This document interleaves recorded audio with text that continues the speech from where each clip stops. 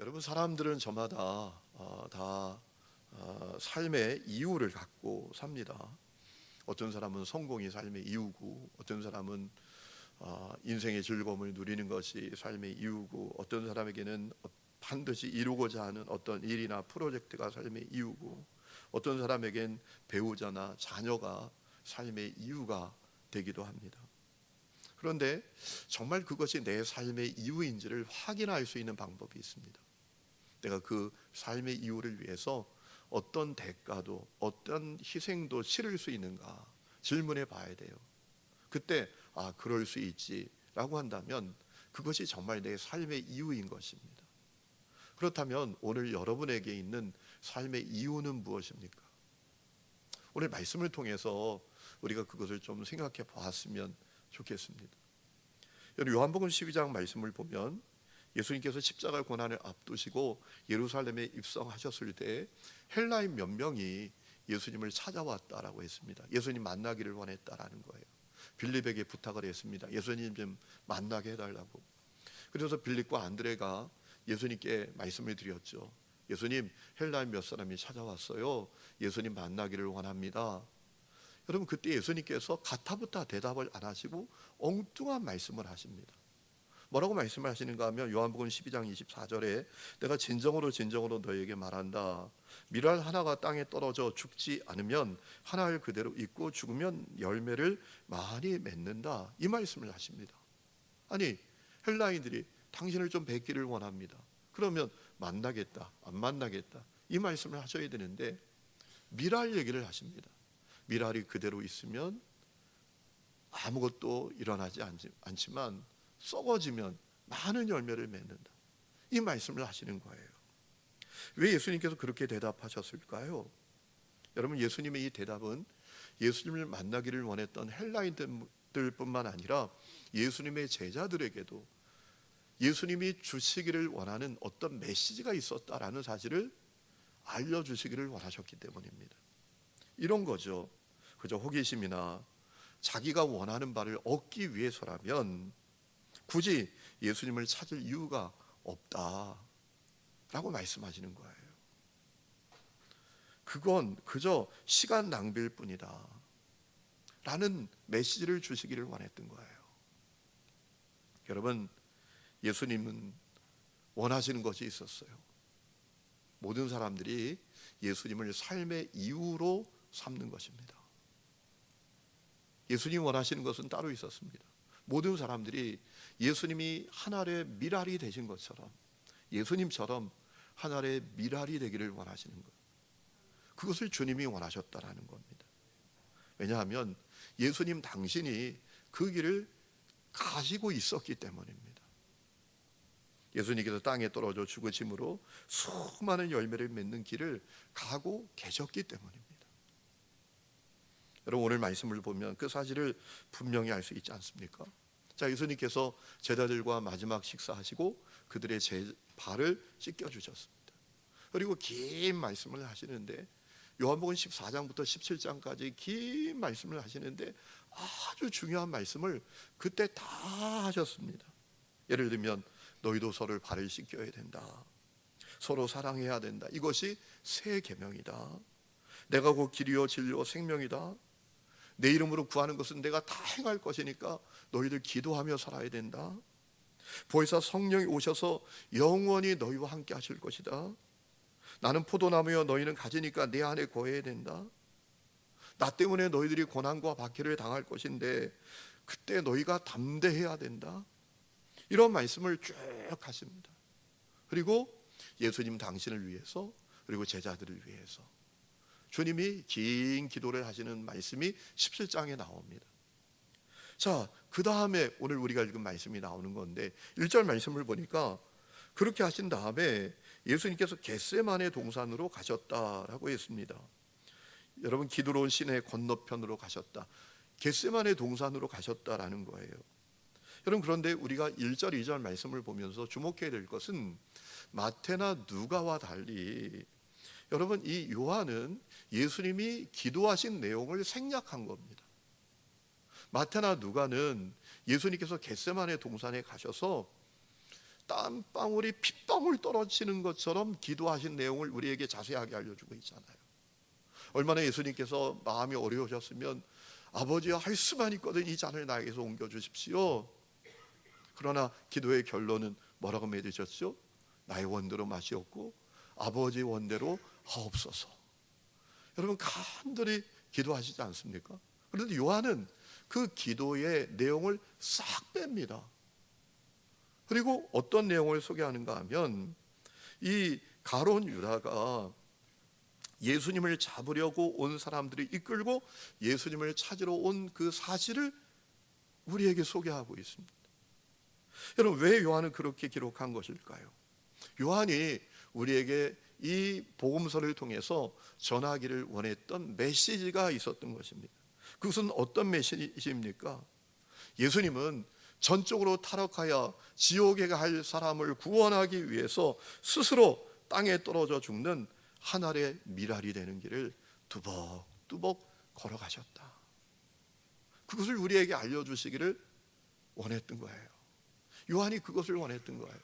예수님은 나 같은 죄인 구원하시기 위해서, 내가 전적으로 타락하여 지옥에 갈 수밖에 없는 영혼인데 나 구원하기 위해서 그 엄청난 고난의 길을 스스로 뚜벅뚜벅 걸어가셨다. 그것을 알려주시기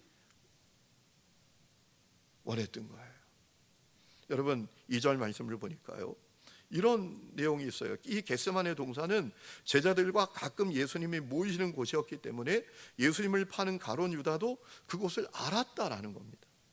자, 2절 말씀 보세요. 그곳은 가끔 예수께서 제자들과 모이시는 곳이므로 예수를 파는 유다도 그곳을 어떻게 했다고요? 알았다라는 겁니다. 여러분, 요한은 이 겟세마네가 유다가 아는 장소였다라는 사실을 적시해서 우리에게 가르쳐주고 있어요. 이거 놓치지 말아야 돼요. 요한이 의도적으로 우리에게 알려주고 있는 것입니다. 다시 말하면 여러분, 예수님은 유다가 절대로 찾지 못하는 곳, 알 수도 없는 곳으로 가시지 않았다라는 거예요. 예수님을 팔아넘기는 이 가룟 유다가 이미 알고 있는 그곳으로 제자들과 함께 가셨다라는 사실을 요한이 우리에게 알려주고 있다라는 거예요. 여러분, 3절 말씀을 보니까 가룟 유다 예수님을 잡으려는 사람들을 데리고 왔다라고 했지 않습니까? 4절 말씀 보면 예수님께서 그들을 통해 당하신 일을 이미 다 아셨다라고 요한이 기록하고 있어요. 여러분, 4절 말씀 다 같이 한번 읽어보실까요? 시작. 너희가 누구를 찾느냐? 아멘. 여러분, 예수님이 당신이 당하실 일을 다 아셨답니다. 요한이 이것을 우리에게 분명히 기록해서 알려주고 있어요. 여러분, 예수님은 당신이 당할 일을 생각하지도 못하고 갑자기 당하신 게 아니라 당신께서 말도 안 되는 고난을 당할 것을 이미 다 알고 있으셨다. 이것을 기록해서 우리에게 알려주고 있다라는 거예요. 여러분, 4절 말씀 보면 예수님 잡으려는 사람들에게 너희가 누구를 찾느냐라고 물으셨다라고 했지 않습니까? 그들이 나사렛 예수를 찾는다라고 하니까 예수님이 내가 그리라 라고 대답하셨다라고 했어요. 여러분, 6절에도 반복해서 내가 그니라 라고 대답하셨다고 기록하고 있습니다. 그러니까 예수님이, 요한이 우리에게 분명히 알려주는 거예요. 당신을 잡으려 있는 사람에게 숨지 않으셨다라는 거예요. 숨지 않으셨다, 당당히 자기를 밝히셨다라는 사실을 기록하고 있는 것입니다. 여러분, 요한은 예수님이 가룟 유다가 다 아는 겟세마네로 가신 것, 예수님이 당신이 당할 일을 이미 다 알고 있으셨다는 것, 그리고 자기를 잡는 사람에게 숨지 않으시고 내가 그다 라고 당당히 자기를 밝히셨다는 것, 그것을 의도적으로 드러내고 있습니다. 이것은 우리에게 이런 메시지를 전하고 싶었던 것입니다. 우리 예수님 전적으로 타락하여 죄와 저주 가운데 살다가 지옥 갈 나를 위해서 고난의 십자가의 길을 스스로 당당하게 뚜벅뚜벅 걸어가셨다. 이 사실을 요한이 우리에게 알려주고 싶으셨다라는 거예요. 여러분, 예수님 마음만 먹으시면 당신이 받으실 고난을 얼마든지 피하실 수 있는 분이셨습니다. 여러분, 6절 말씀을 보세요. 예수님께서 예수님 잡으러 온 사람들에게 내가 그지라 라고 하니까 그들이 다 넘어졌다는 거예요. 예수님 말씀 한마디에 다리에 힘이 다 풀립니다. 정신이 어찌러찌러합니다. 우리 예수님이 하늘과 땅의 권세를 가지신 분이세요. 이 고난을 피하려면 얼마든지 피할 수 있는 분이십니다. 자기를 잡으러 온 사람들 한 번에 다 죽일 수도 있는 분이십니다. 그런데 주님이 그렇게 하시지 않았다라는 겁니다. 그 이유는 오직 하나, 전적으로 타락해서 죄와 저주 속에 살다가 지옥 갈 나를 구원하기 위해서 우리 예수님 스스로 고난의 길을 뚜벅뚜벅 걸어가셨다. 이 사실을 요한이 우리에게 알려주고 싶었다라는 거예요. 여러분 11절 말씀을 보면 더 확실히 알 수 있죠. 베드로가 화가 나가지고요, 칼로 대제사장 종 말고의 귀를 쳐버렸어요. 그때 예수님께서 베드로를 야단치지 않습니까? 칼을 거둬라. 내가 아버지께서 주신 고난의 잔을 어찌 마시지 않겠느냐. 내가 아버지께서 나에게 주신 고난의 잔을 분명히 확실히 마셔야 한다 라고 말씀하셨다라는 것입니다. 여러분, 오늘 말씀을 통해서 우리는 확실한 사실을 알 수 있습니다. 예수님 삶의 이유는 우리의 구원을 위해서 한 알의 밀알이 되시는 것이었다라는 거예요. 예수님 삶의 이유는 우리의 구원을 위해서 땅에 떨어져 썩는 밀알처럼 되시는 것이었다라는 것입니다. 여러분, 그렇다면 이 말씀 앞에서 우리는 질문을 가져야 합니다. 오늘 내 삶의 이유는 뭔가? 여러분, 예수님이 나 같은 죄인 구원하는 것이 삶의 이유였습니다. 날 구원하기 위해서 하나의 밀알이 되는 것이 그분의 삶의 이유였습니다. 그것 때문에 우리가 구원을 받았습니다. 하나님의 자녀가 되었습니다. 오늘 세상 떠나도 천국에서 눈뜰 수 있게 되었습니다. 하나님의 영상도 회복하게 되었습니다. 새로운 존재, 새로운 피조물이 되었습니다. 전능하신 하나님, 천지를 창조하신 하나님을 아바 아버지라 부를 수 있게 되었습니다. 그 은혜를 받은 우리들을, 여러분, 우리 각 사람의 삶의 이유는 도대체 뭡니까? 주님께서 우리에게 원하시는 것이 있습니다. 우리에게도 주님이 삶의 이유가 되는 것입니다. 우리도 주님처럼 하나의 밀알이 되는 것입니다. 그것이 주님이 우리에게 원하시는 거예요. 여러분, 요한복음 12장 말씀 보면 밀알 하나가 땅에 떨어져 죽지 않으면 한 알 그대로 있고 죽으면 열매를 많이 맺는다라고 말씀하신 다음에 26절에 아주 중요한 말씀하셨어요. 사람이 나를 섬기려면 나를 따르라. 하나의 밀알이 되는 주님을 따르라 라고 말씀하신 거예요. 주님께서는 우리의 삶의 이유가 주님이 되길 원하신다라는 거예요. 주님께서는 우리의 삶의 이유가 주님처럼 하나의 밀알이 되는 것이다 라는 것입니다. 오늘 여러분에게 그 은혜가 있기를 주의 이름으로 축원합니다. 그러기 위해서 극복해야 할 것이 있습니다. 뭡니까? 내 자신을 향한 사랑입니다. 자기 자신을 사랑하는 것, 이것이 극복되어야 합니다. 여러분, 요한복음 12장 25절에 예수님 이런 말씀하셨어요. 자기의 생명을 사랑하는 자는 잃어버릴 것이다. 무슨 얘기죠? 하나의 밀알이 되는 삶이 주님의 삶이고 우리의 삶도 되어야 한다라는 말씀을 하셨는데, 그 다음에 하신 말씀이에요. 자기 생명을 사랑하는 자는 잃어버릴 것이다. 무슨 얘기입니까? 자기 사랑이 주님이 삶의 이유가 되는데, 주님처럼 하나의 밀알이 되는데 큰 장애가 된다라고 말씀하신 거예요. 여러분, 세상에서 가장 강력한 사랑은 자기 사랑 아닙니까? 자기 자신을 향한 사랑, 나의 유익, 나의 만족, 나의 욕망을 향한 사랑이 얼마나 강력합니까? 우리가 살아가면서 내가 소외되는 것, 내가 불이익을 받는 것, 내가 불편해지는 것, 내가 무시당하는 것, 내 자존심이 구겨지는 것, 이거 절대로 못 견디잖아요. 그렇지 않습니까? 제 후배 목사님 한 번, 제가 말씀드렸던 것 같아요. 한 번 만났는데 얼굴이 막 우거지상이 돼 있어요. 왜 그렇게 힘들어? 아우, 너무 힘들어요. 아우, 이 교회 사용 못 하겠어요. 부목사로 할 때인데. 왜 그래? 그랬더니, 아니, 어떤 분이 사무실에 찾아왔대요. 막 핏대를 올리면서 삿대질하면서 막 성질을 내는데, 그 이유가 뭐냐 하면 주보에 자기 이름 빠졌다고. 왜 내 이름 뺐냐고. 너무 속상해가서 자기의 주보를, 정말 자기가 이제 그러면 안 되는데 주보를 확 집어던지면서, 그러면 당신이 주보 만들어요. 그러고 나가버렸대요. 나 이제 그 교회 못 돌아갈 것 같다고 그러더라고요. 여러분, 자기 사랑이 이게 엄청납니다. 내가 소외되는 것, 내가 불이익을 당하는 것, 이거 우리가 못 견디지 않습니까? 교회에서도 신앙생활하면서 우리의 관심이 늘 뭡니까? 내가 주님의 교회를 위해서 뭘 할 건가가 아니라 교회가 날 위해서 뭘 해주는 거야 도대체. 이게 우리의 관심일 때가 얼마나 많습니까? 디모데후서 3장 말씀을 보면 말세에 고통당하는 때가 이를 텐데 그 첫 번째가 뭐냐 하면 자기를 사랑하는 것이다라고 해서. 여러분, 자기를 향한 사랑이 얼마나 강력한지 그것 때문에 사람들의 관계가 불편해지고 서운해지고 분쟁이 일어나고 다툼이 일어나고 전쟁까지 일어나는 경우들이 얼마나 많습니까? 문제는 우리에게 있는 이 자기 자신을 향한 사랑이 주님이 내 삶의 이유가 되고 주님처럼 하늘의 미랄이 되는 삶을 가로막고 있다는 거예요. 여러분, 중요한 것은 자기 자신을 향한 사랑의 결과가 너무나 충격적이다라는 겁니다. 요한복음 12장 25절에 자기 생명을 사랑하는 자는 잃어버릴 것이다 라고 했습니다. 자기 생명을 사랑하는 자는 자기 생명을 잃어버릴 것이다. 이 말씀이 어떤 말씀일까요? 영생을 얻지 못한다는 말씀일까요? 예수를 믿어도 구원받지 못한다는 말씀일까요? 저는 이 말씀이 이렇게 다가옵니다.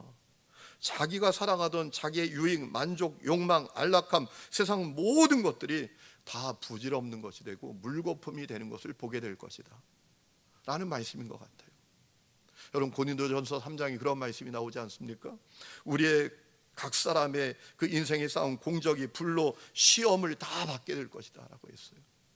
남아있는 사람은 상을 받겠지만 불태워진 사람은 해를 입게 될 것이라. 우리가 다 공력을 평생 쌓는데 그게 시험을 받는 날이 올 것이다 라고 했어요. 남아있는 사람은 상 받고 태워지는 사람은 해를 입게 될 것이라고 바울이 증언하지 않습니까? 자기 자신을 위해서 쌓은 것이 다 물거품이 될 것을 알려주신 말씀 아니겠습니까? 반대로 요한복음 12장 25절에 보면 이 세상에서 자기 생명을 미워하는 자는 영생하도록 보존하리라 라고 하셨습니다. 주님을 삶의 이유로 삼는 사람, 주님처럼 하늘의 미랄이 되는 삶을 살아간 사람에게 하늘에 있는 놀라운 복이 있다라는 사실을 말씀해 주신 것이라고 믿습니다. 여러분, 그러므로 우리가 자기 자신을 향한 사랑을 극복해야 합니다. 바울처럼 자기 사랑을 날마다 쳐서 복종시켜야 합니다. 바울이 그런 고백했던 적이 있죠. 자기 자신을 쳐서 날마다 복종시킨다라고 한 것처럼 우리가 내 자신을 향한 그 사랑을 날마다 복종시키는 삶이 우리에게 있어요.